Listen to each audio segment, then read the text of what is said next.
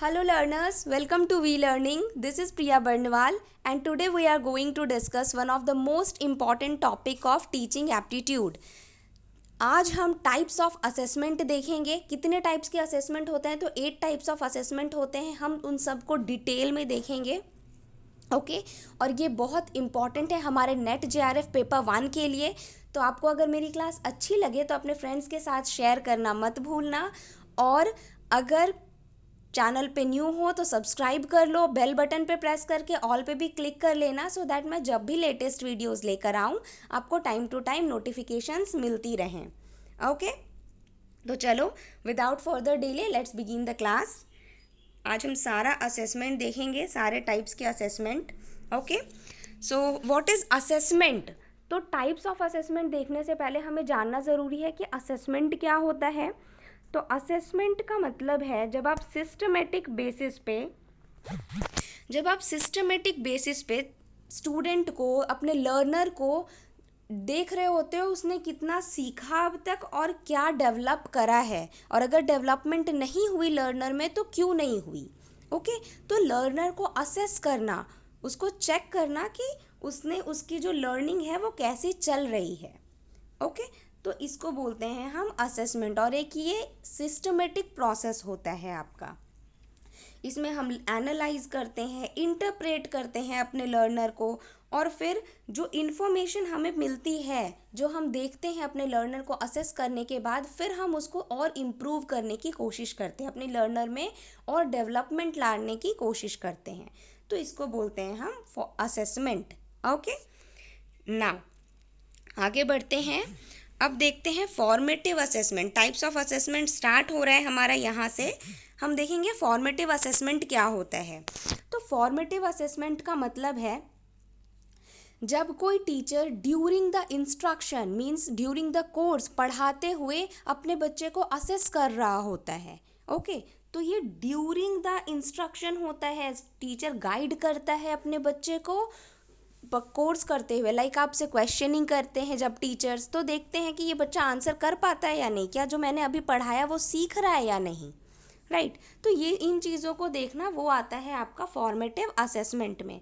और formative assessment में questions में पूछते हैं कि क्या फॉर्मेटिव असेसमेंट में ग्रेडिंग मिलती है, मार्क्स मिलती है? तो नहीं, कोई मार्क्स नहीं मिलता. क्यों? क्योंकि जब आपका क्लास चल रहा है, ओके लाइक अभी हम जब लाइव क्लास लेते और मैं आपसे कुछ पूछती या आप कुछ फीडबैक देते या पैराफ्रेज करके बताते कि हाँ मैम क्या इसका मतलब ये हो रहा है, तो ये चीज़ तो तब होता आपका क्या, ये तब होता ये फॉर्मेटिव असेसमेंट. ओके और इसमें कोई ग्रेडिंग नहीं होती, कोई मार्क्स नहीं होता. और क्या टीचर का प्रेजेंस नेसेसरी है? तो हाँ टीचर का होना ज़रूरी है फॉर्मेटिव असेसमेंट में, क्योंकि वही असेस कर रहा होता है during the course. Right It helps to assess a student's performance during instruction and usually occur regularly throughout the learning process. बच्चा जब तक सीख रहा होता है, जब तक क्लासेस चल रही होती हैं, तब तक आपका फॉर्मेटिव असेसमेंट होता रहता है. टीचर असेस करती रहती है बच्चे को. पता चल जाता है बच्चा अगर आंसर कर रहा है जो क्वेश्चन किया जा रहा है उसका, तो मतलब बच्चा एक्टिव है, बच्चा पढ़ रहा है. ओके तो इस तरह से असेस किया जाता है. नाउ अभी देखो ये फॉर्मेटिव असेसमेंट, तो इसमें क्या है, ये टीचर का होना ज़रूरी है. और जो ये जो लर्नर्स होते हैं, स्टूडेंट्स होते हैं, वो एक्टिवली इंगेज्ड होते हैं, क्योंकि ड्यूरिंग द क्लास है, क्लास चल रही है आपकी, तो स्टूडेंट्स जो होते हैं वो एक्टिवली इंगेज्ड होते हैं. और टीचर ने क्वेश्चन करा, स्टूडेंट ने आंसर दिया, तो इस तरह से असेसमेंट होती है बच्चे की. ओके नाउ आगे बढ़ते हैं, नेक्स्ट असेसमेंट देखेंगे. नेक्स्ट क्या है? नेक्स्ट है अपना सम्मेटिव असेसमेंट. तो सम्मेटिव असेसमेंट क्या होता है? सम्मेटिव असेसमेंट जो आप at the end of a unit, at the end of the course, जो आप कोर्स कर रहे हो उसके एंड में जो आपकी असेसमेंट होती है, बच्चे की असेसमेंट होती है, उसको बोलते हैं हम सम्मेटिव असेसमेंट. ओके लाइक आप देखो, आप जब अभी प्रिपरेशन कर रहे हो और फिर जब आप जाओगे एग्ज़ाम देने, नेट JRF का फाइनल एग्ज़ाम दे रहे होगे आप, तो वो होगा आपका summative assessment. Right now a teacher to measure a students understanding, इसमें क्या करते हैं, इसमें हम स्टूडेंट की अंडरस्टैंडिंग चेक कर रहे होते हैं कि स्टूडेंट ने कितना सीखा है अब तक, राइट। वही अप्लाई करोगे ना फिर आप नेट जेआरएफ के एग्ज़ाम पे। तो ये होता है आपका समेटिव असेसमेंट। अब आपका जो सेमेस्टर एग्ज़ाम होता है, तो हाँ, सेमेस्टर एग्ज़ाम जो 6 मंथ में होता है वो भी आपका समेटिव असेसमेंट में ही आता है। नाउ अब हम समेटिव असेसमेंट क्यों करते हैं, तो हम इसमें चेक करते हैं कि बच्चे ने जो कॉम्प्रीहेंशन, जो अब तक बच्चे ने सीखा है, वो सही तरीके से अप्लाई कर पा रहा है या नहीं, बच्चे की नॉलेज अब तक की कितनी है। ओके, तो ये देखते हैं हम समेटिव असेसमेंट में। और इसमें आपको परसेंटेज मिलता है, ग्रेडिंग मिलती है डिपेंडिंग ऑन द सब्जेक्ट। जिस सब्जेक्ट के लिए आप एग्ज़ाम दे रहे हो उसके बेसिस पे आपको ग्रेडिंग और मार्क्स मिलते हैं। और हाँ, ये पूछा जाता है कि क्या समेटिव असेसमेंट में टीचर की इन्वॉल्वमेंट ज़रूरी है, तो नहीं, टीचर की इन्वॉल्वमेंट ज़रूरी नहीं होती है आपके समेटिव असेसमेंट में। क्यों? क्योंकि आप जो भी पढ़ रहे हो, जिस भी टीचर से पढ़ रहे होते हैं हम, क्या एग्ज़ाम देने जाओगे नेट जेआरएफ की तो टीचर आपके साथ जाएंगे? नहीं, उस टाइम होंगे आपके इन्विजिलेटर या एग्जामिनर होते हैं साथ में, राइट। तो ये होता है आपका समेटिव असेसमेंट, जिसमें ग्रेडिंग मार्क्स मिलते हैं बट टीचर की प्रेजेंस ज़रूरी नहीं होती। Okay, now it measures a students achievement, ये चेक करता है स्टूडेंट की अचीवमेंट कहाँ अब तक की कितनी हुई है, स्टूडेंट ने कितना अचीव करा, राइट।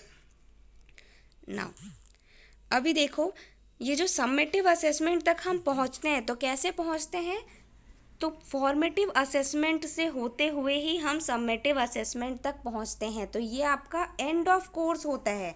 कोर्स के दौरान आप फॉर्मेटिव असेसमेंट आपकी हो रही होती है, टीचर आपको असेस कर रहे होते हैं, और एट द एंड जब आप रिएक्ट करते हो, जो आपका रिजल्ट होता है वो होता है आपका समेटिव असेसमेंट में। ओके, अब देखते हैं नेक्स्ट असेसमेंट का टाइप कौन सा है। तो नेक्स्ट है आपका इंटरिम असेसमेंट। तो अब इंटरिम असेसमेंट क्या होता है? इंटरिम असेसमेंट का मतलब है, आप सिंपल लेकर चलो तो यूनिट टेस्ट, जो हमारा यूनिट टेस्ट होता है, जब स्कूल में आपने एग्ज़ाम्स दिए होंगे जितने भी, तो स्कूल्स में यूनिट टेस्ट होता था ना, बीच में देखते थे कि अब तक बच्चे ने कितना सीखा है, बीच बीच में टेस्ट लिए जाते थे बच्चे के, right. The term interim assessment और benchmark exam are often same. ये जो आपका इंटरिम असेसमेंट और बेंचमार्क एग्जाम है, दोनों सेम होता है, तो आपको कंफ्यूज नहीं होना है। एग्जाम में क्वेश्चन आ जाए तो दोनों सेम चीज़ें हैं, क्योंकि नेट जेआरएफ में तो आता ही है ये क्वेश्चन, वर्ड के साथ बहुत खेलते हैं, तो आपको ये याद रखना है।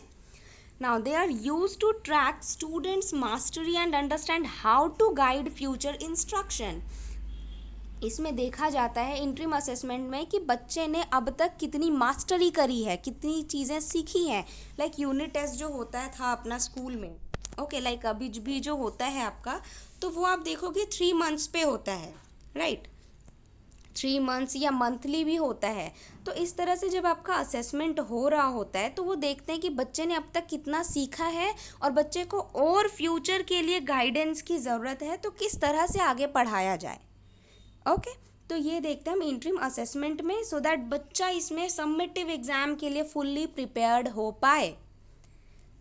Now, it helps to evaluate the student's performance at periodic intervals on regular basis. Regular basis पे हर एक इंटरवल पे, पीरियोडिक इंटरवल पे बच्चे की असेसमेंट होती है अंडर इंटरिम असेसमेंट।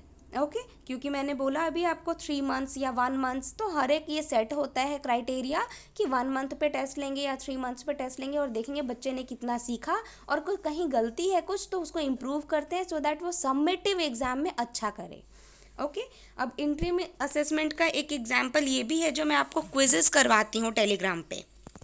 ओके, तो वहाँ जो हम क्विजेस करते हैं, तो उसमें हम क्या करते हैं, मैं आपकी क्विजेस लेती हूँ, फिर आप जो जहाँ मिस्टेक्स करते हो, फिर हम चेक करते हैं कि कहाँ मिस्टेक हुई है, और फिर मैं आपको बताती हूँ नहीं आप ऐसे पढ़ो, इस तरह से कर सकते हैं आगे, राइट। तो ये क्विजेस ये ले करके करते हुए जब आप पहुँचोगे फाइनल एग्ज़ाम देने के लिए, सब कुछ असेसमेंट करके, तो वो होता है आपका इंटरिम या बेंचमार्किंग असेसमेंट। ओके, चलो आगे बढ़ते हैं ना। नेक्स्ट क्या है आपका, तो नेक्स्ट है अब क्राइटेरिया रेफरेंस्ड असेसमेंट। क्या होता है क्राइटेरिया रेफरेंस्ड असेसमेंट? तो सिंपल, जब आपका कोई क्राइटेरिया सेट होता है कि आपको कौन सी एग्ज़ाम कौन से क्वेश्चंस आपके लगाने हैं। ओके, क्राइटेरिया पहले से सेट होता है असेसमेंट के लिए। मतलब क्या है, जब आप नेट जेआरएफ की ही जब एग्ज़ाम देते हो तो आपको जो क्वेश्चंस मिलते हैं, हमारा एमसीक्यूज आता है, तो क्वेश्चंस में ए बी सी डी जो आपके ऑप्शंस होते हैं उसमें से सेट होता है कि चलो ठीक है, अगर मैं एक ले लूँ ऑप्शन ए आपका आंसर होगा और आपने बी सी डी में से कुछ लगा दिया तो वो गलत हो जाएगा, क्योंकि पहले से क्राइटेरिया सेट है कि आंसर किस पे आना है, आंसर ए पे आना है। तो क्राइटेरिया रेफरेंस टेस्ट में पहले से कुछ क्राइटेरिया सेट होता है और फिर उसके बेसिस पे बच्चे को असेस किया जाता है कि बच्चा सही कर रहा है या नहीं। Okay, with criteria reference test each person's performance is compared. हर एक बच्चे की परफॉर्मेंस कंपेयर की जाती है डायरेक्टली। जो स्टैंडर्ड सेट है ना, पहले से जो स्टैंडर्ड सेट है उसके बेसिस पे बच्चे की परफॉर्मेंस चेक करते हैं हम, without considering how other students perform on the test. ये नहीं देख रहे होते कि दूसरे स्टूडेंट ने कैसा परफॉर्म किया होता है, या हम देख रहे होते हैं कि उस बच्चे ने जो पहले से स्टैंडर्ड सेट है उसके बेसिस पे उस बच्चे ने कैसा परफॉर्मेंस दिया है। ओके, तो ये होता है आपका क्राइटेरिया रेफरेंस टेस्ट। नाउ आगे बढ़ते हैं।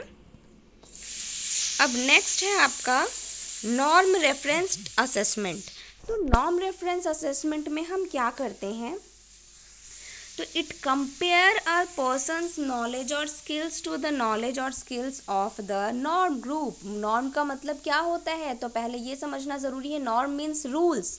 तो कुछ रूल्स सेट होते हैं पहले से और उसके बेसिस पे देखते हैं कि वो जो ग्रुप है, एक क्लास में जितने बच्चे हैं उसके बेसिस पे उन बच्चों में जो कंपटीशन कराया गया या जो एग्ज़ाम हुई है उनकी, तो उसमें से एक जो स्टूडेंट है तो उसने कैसा रिजल्ट किया है। आउट ऑफ दो स्टूडेंट्स एक बच्चे ने कैसा रिजल्ट किया है। मतलब लाइक आपका जो नेट जेआरएफ का एग्ज़ाम होता है, आपको पता है उसमें आपका आपका परसेंटाइल मिलता है, राइट। तो परसेंटाइल में क्या होता है, पहले से जो सेट होता है ना, क्राइटेरिया तो सेट होता ही है और बच्चे का हम देखते हैं कि 100 परसेंटाइल, जिसने टॉप करा, जिसको सबसे ज़्यादा नंबर आए उसके 100 परसेंटाइल हैं, उसके 100 परसेंटाइल आए हैं।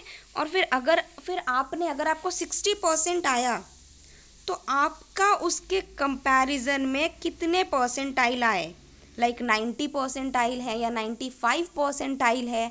तो इसके बेसिस पे हम चेक कर रहे होते हैं एक बच्चे का। तो इसको बोलते हैं हम नॉर्म रेफरेंस टेस्ट। एक रूल सेट है, ओके। तो उस पे देख रहे होते हैं कि जो ग्रुप है, ग्रुप के सभी लोगों के कंपैरिजन में एक ने कैसा रिजल्ट करा है। ओके, नाउ अभी देखो क्राइटेरिया और नॉर्म रेफरेंस में थोड़ी कन्फ्यूज़न हो जाती है, तो इसलिए अभी इस बात को माइंड में सेट कर लो। क्राइटेरिया में हम सिर्फ एक बच्चे का रिजल्ट देख रहे होते हैं, कोई कंपैरिजन नहीं होता। बट नॉर्म रेफरेंस टेस्ट में हम कंपैरिजन कर रहे होते हैं, ओके। इसमें कंपेयर करके ही निकालते हैं कि एक बच्चे ने आउट ऑफ दोज स्टूडेंट्स जिन्होंने भी एग्ज़ाम दिया है, उस एक बच्चे ने उनके कंपैरिजन में कैसा रिजल्ट करा है। ओके, नाउ आगे बढ़ते हैं। एक सेकेंड, हाँ। अब नेक्स्ट क्या है आपका, तो नेक्स्ट है डायग्नोस्टिक असेसमेंट। ये क्या होता है, तो देखो ये नाम से ही पता चल रहा है, डायग्नोस्टिक मतलब डायग्नोज करना। लाइक आप देखो, हमारा जो किसी डिजीज़ के लिए भी जब टेस्टिंग के लिए जाते हैं हम, ब्लड टेस्ट वगैरह होता है, कहीं भी जाओ आप चेकअप के लिए तो बोलते हैं ना कि ब्लड टेस्ट करा के आओ। तो फिर उसमें देखते हैं वो डायग्नोज करता है कि क्या रहा है, मतलब कैसा करा है उसने, अब तक का डायग्नोज कर रहे होते हैं। जैसे कि a diagnostic assessment is a form of pre assessment where teachers can evaluate student strength, weakness, knowledge and skills before their instruction. बच्चे की स्ट्रेंथ, वीकनेस देख रहे होते हैं कि बच्चे ने कैसा अब तक जो भी पढ़ा है उसमें बच्चा कितना परिपूर्ण है, कितना अच्छा करा है और कहाँ उसमें कमियां हैं। ये चीज़ें देखते हैं हम डायग्नोस्टिक असेसमेंट में। लाइक आप देखो, आप क्लास 5 तक किसी बच्चे ने एक क्लास में एक स्कूल में पढ़ा, अब वो क्लास 6 में सेकेंडरी में जब जा रहा है तो क्लास 6 में वो किसी दूसरे स्कूल में जाता है जब एडमिशन के लिए, तो उसकी कराई जाती है एंट्रेंस टेस्ट। तो क्यों कराई जाती है एंट्रेंस टेस्ट? क्योंकि उसमें चेक किया जाता है कि बच्चे की क्या स्ट्रेंथ रही, कैसी क्या वीकनेस रही है बच्चे की। ओके और उस पर अगर वो अच्छा करता है, स्ट्रेंथ है बच्चे में, तो 6 में डाल देते हैं, और अच्छा नहीं कर पाता तो फिर बोलते हैं पेरेंट्स को कि नहीं, हमारे स्कूल के लेवल से बच्चा नहीं कर पा रहा तो इसको 5 में ही डालो हमारे स्कूल में। तो ये चीज़ें प्रायर जो स्ट्रेंथ और एक्सपीरियंसेस जो रहे हैं, प्रायर एक्सपीरियंस बच्चे की, उसके बेसिस पे देखते हैं अभी तक के उसके स्ट्रेंथ कितने और वीकनेसेस कितने हैं, और उसको डायग्नोस करते हैं बच्चे को, तो उसको बोलते हैं हम diagnostic assessment.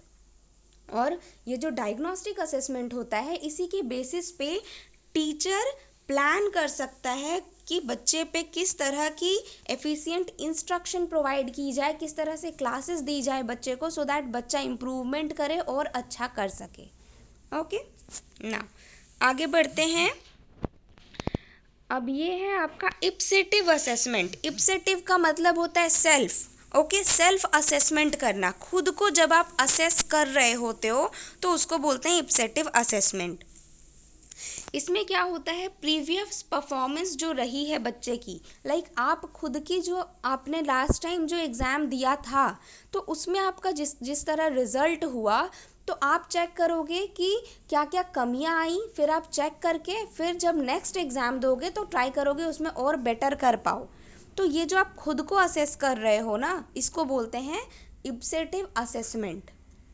Okay now it improve self esteem. अब जो हम आपका इप्सेटिव असेसमेंट होता है, इसमें बच्चे के अंदर सेल्फ कॉन्फिडेंस आता है, क्योंकि आपने देख लिया कि आपने क्या मिस्टेक करा था लास्ट टाइम, अब आप अच्छे से कर पाओगे, तो बच्चे में सेल्फ कॉन्फिडेंस आता है, सेल्फ एस्टीम बढ़ता है बच्चे का, सो दैट वो और अच्छा परफॉर्म कर सके अपने कॉम्पिटिटिव एनवायरनमेंट में, अपने फील्ड में और अच्छा परफॉर्म कर सके। तो ये देखते हैं हम इप्सेटिव असेसमेंट में।